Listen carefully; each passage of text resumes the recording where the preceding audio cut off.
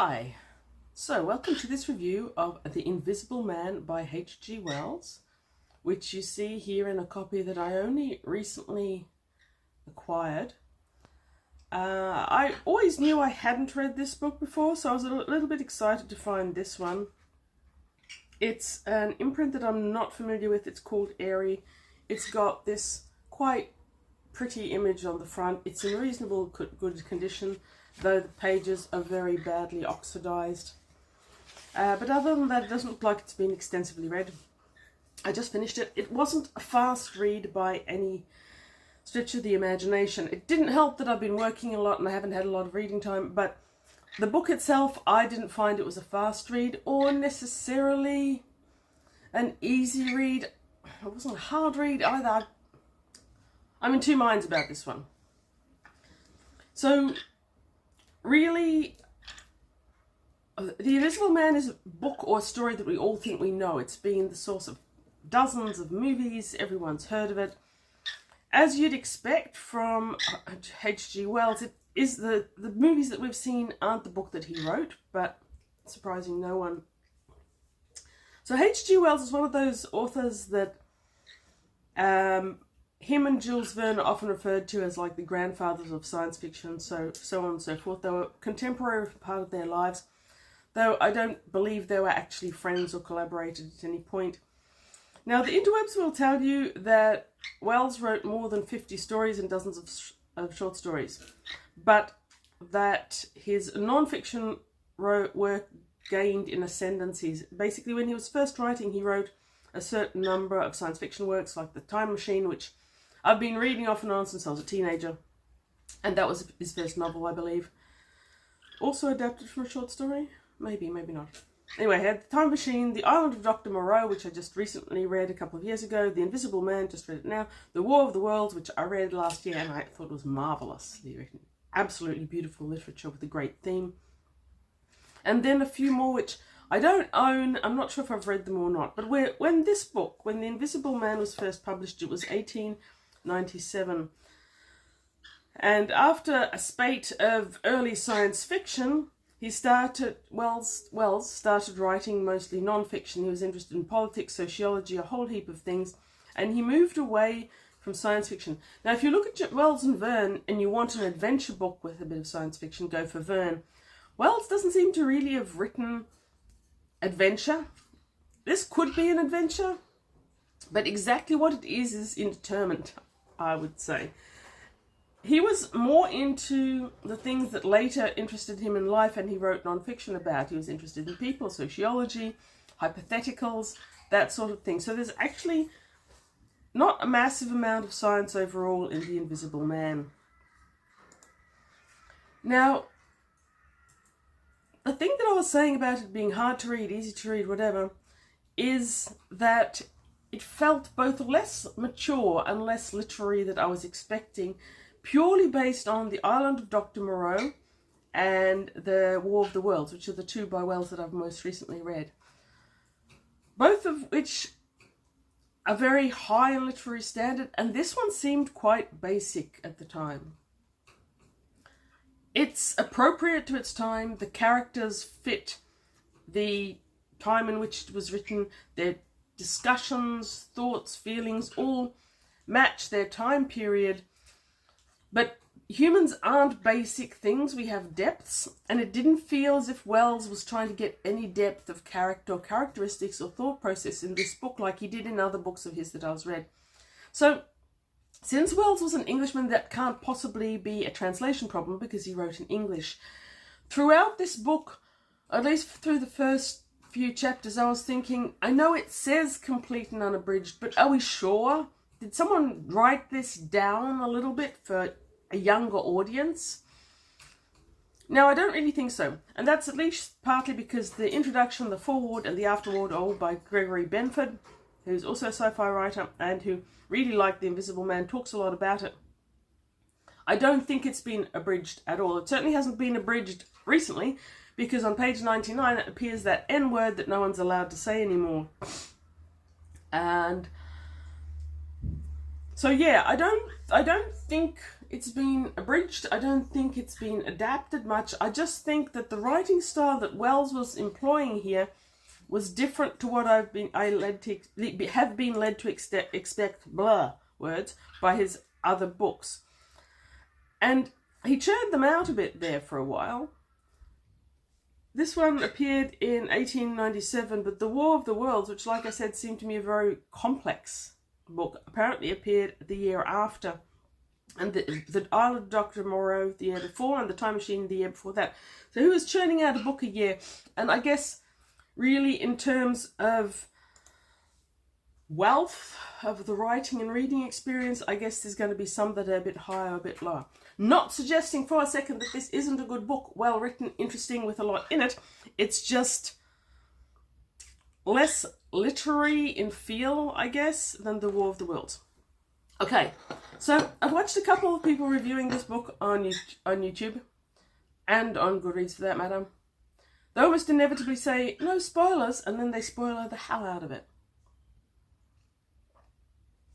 I'm not sure about the no spoiler business, because I think the real reading experience part of this is the actual words and the experience as it transpires, but there's some things I think that I enjoyed more for not knowing that they were going to happen. So we start off with chapter 1, where it says, Benford, The Strange Man's Arrival, it is titled. The stranger came early in February, one wintry day, through a biting wind and a driving snow, the last snowfall of the year.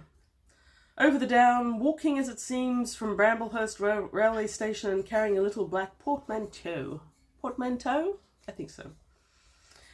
Anyway, he arrives at an inn called the Coach and Horses, calls for fire and a private room, which he throws down good gold sovereigns, I believe, on the table for. So he has a parlour of his own and a bedroom. And the innkeeper, Mrs. Hall, is incredibly curious about him, because she tries to engage him in light conversation. He's not having any of it. He's clearly very rude, abrupt, uninterested in other people. He's also muffled. He's got bandages over his face. You can just see the edge of his nose. He wears dark glasses. And he makes no excuses and no explanations. He has his bags brought from the station the next day. They're full of bottles and scientific equipment, and it becomes clear that he's doing experimentation in the parlour, but Mrs. Hall doesn't care as long as the money keeps flowing, pretty much.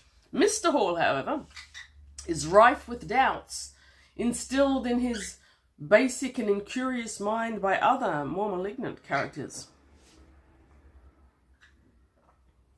in the village who objected to the stranger, whose name we don't know, treating with them fairly rudely, let's be honest. He's rude and abusive. So this little idyll continues for a while, and slowly the notion of an invisible man comes out. A couple of people accidentally see him when he doesn't have his wrappings on, and of course they don't believe what they see. Someone says they saw his sleeve and it was completely empty all the way up. So at first they think, oh, he's lost his arm, but then they go, hang on, what's holding that sleeve up? A few little things like that. The way Wells writes the village people is unkind.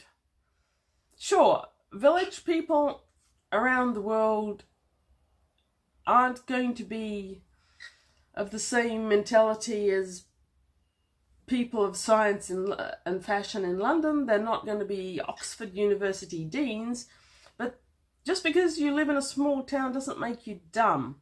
And Wells is writing them all as nasty and basic. Now, in fact, every person in this book pretty much is not a nice person in one way or another. And in that way, the writing, that was one of the things about the writing that I thought dated it a bit. Our main character, the Invisible Man, we do later learn his name and the reason he's invisible and all these things. It's clearly got to do with his experimentation. But when we learn all these things, the way we learn them, we come to like him less and less and respect his choices and his attitude to his fellow man less and less. Now, in the afterword, I learned more about that. Gregory Benford says that this is very much a characteristic of Wells's writing.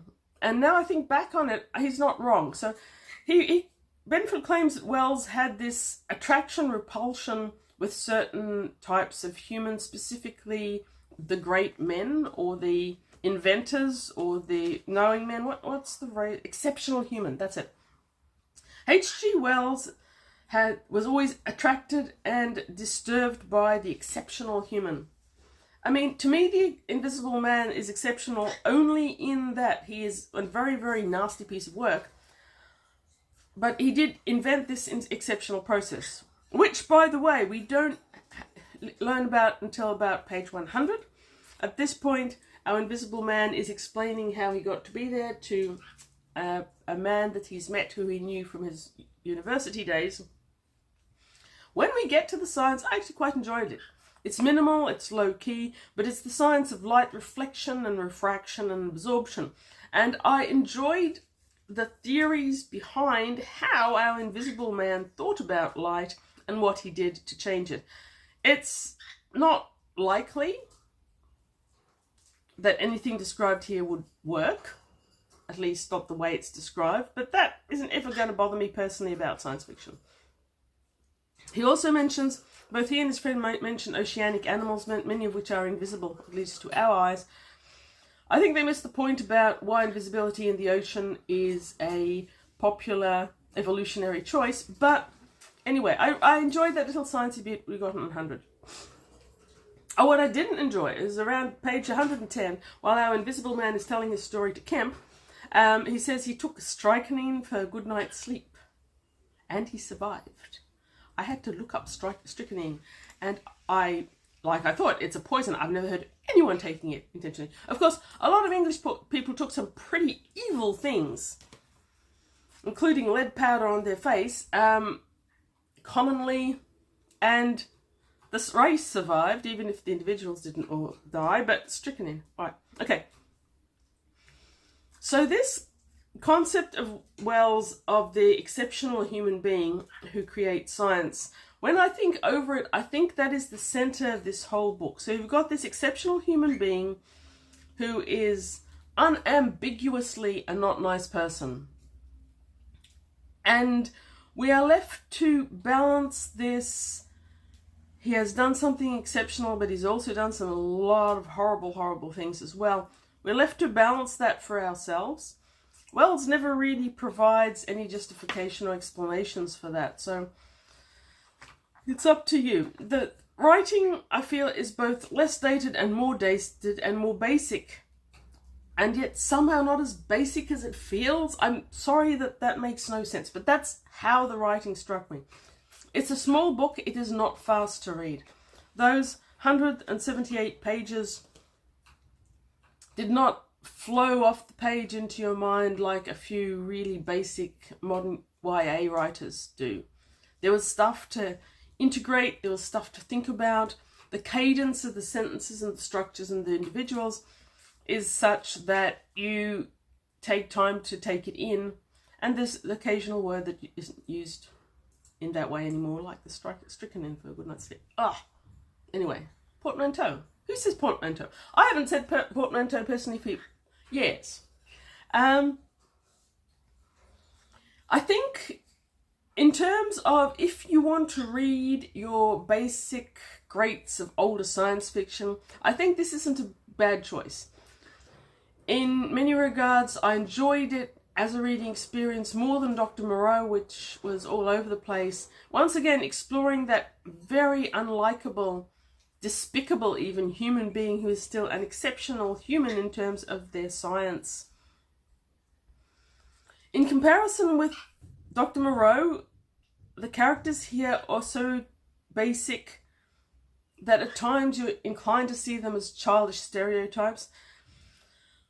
But there is violence and brutishness, normally on behalf of the Invisible Man, that makes it far from a childlike reading experience. So I'm ambivalent as to how much I really enjoyed the reading experience, but it's definitely one of those books that I'll keep thinking about after having read over and over again, and bits of it will stay with me. I'm hanging on to my copy. It's going on the bottom shelf down there with the other Wells. I will probably reread it one day. Yeah, I don't know what more to say. As the book progresses, we find our Invisible Man less and less likable. At the beginning, you might still feel like he's your main protagonist, and I suppose in classical literature terms, he is the protagonist because he sees the book all the way through. But he's never a protagonist that you can identify with really in any way, and he's certainly not a hero. And he's not an anti-hero either. Forget the anti-hero. No anti-heroes can be seen here. Then he meets up with his friend Kemp, and for a while it feels like Kemp is our protagonist and a more likable individual, but is he really? And then we've got a whole village rising up to chase this Invisible Man. And they're not wrong to do it because he's not a nice person, but they don't know that. They're not chasing him because he's not a nice person. They're chasing him because he's different. So Wells, even here early on in his career, had a lot of things to say and discuss about humanity and society. Say chirp for the camera. Chirp? No chirp. Yeah. Do recommend. Not my favourite Wells. Not my favourite really old book, but it certainly makes you think. It is well written. As an interesting side effect from The Invisible Man, as I said, the introduction, foreword, and afterward are all written by Gregory Benford, and I really like them. They gave a lot of insight into Wells, his writing, what he was doing. They helped to explain a lot about the text that you might not necessarily grok for yourself. I certainly didn't. So I'm glad I read them. I read the introduction first and the foreword and afterwards, which helped elucidate the situation. As a result of those pieces of writing, which I enjoyed,